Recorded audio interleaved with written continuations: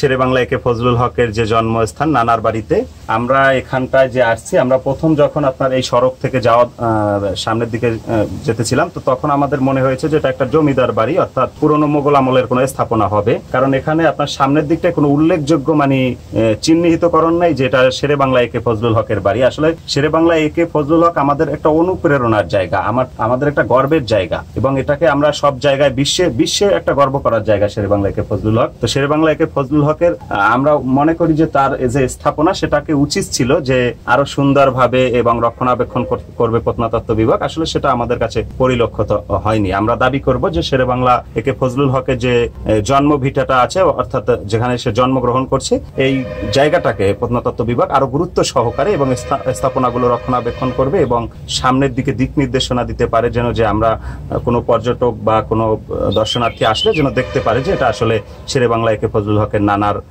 বাড়ি, অর্থাৎ তার জন্মস্থান। যেটাকে আরো আমরা মনে করি যে আরো যত্নে রাখা উচিত।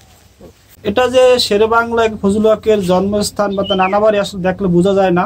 সে এত বড় মহান এক ব্যক্তি ছিল এই ভারতবর্ষের, কিন্তু তার জন্ম ভিটাটা আজকে এমন অবহেলিত, সংস্কার অভাবে এটা মানে আপনার ধ্বংস হওয়ার পথে। কিন্তু এখানে উল্লেখযোগ্য কোনো দিক নির্দেশনা বা আপনার কোনো স্থাপনা রক্ষণাবেক্ষণ নাই।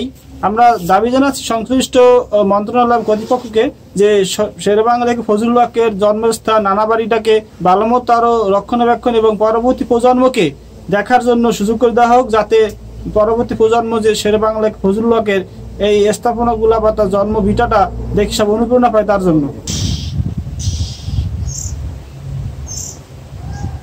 আসলে শেরেবাংলার যে এইখানে জন্মভিটা সেটা এখন বর্তমানে বিলুপ্ত, প্রায় বলতে কি বিলুপ্তই।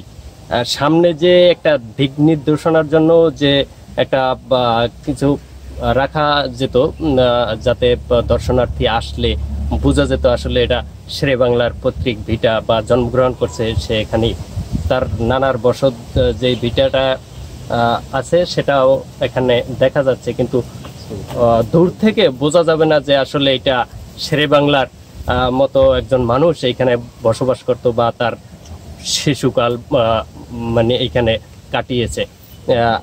প্রত্নতত্ত্ব বিভাগের প্রতি আমাদের এলাকাবাসী অর্থাৎ ঝালকাঠিবাসীর আবেদন থাকবে যে এইটা রক্ষণাবেক্ষণের জন্য তারা আরো উদ্যোগ গ্রহণ করবে।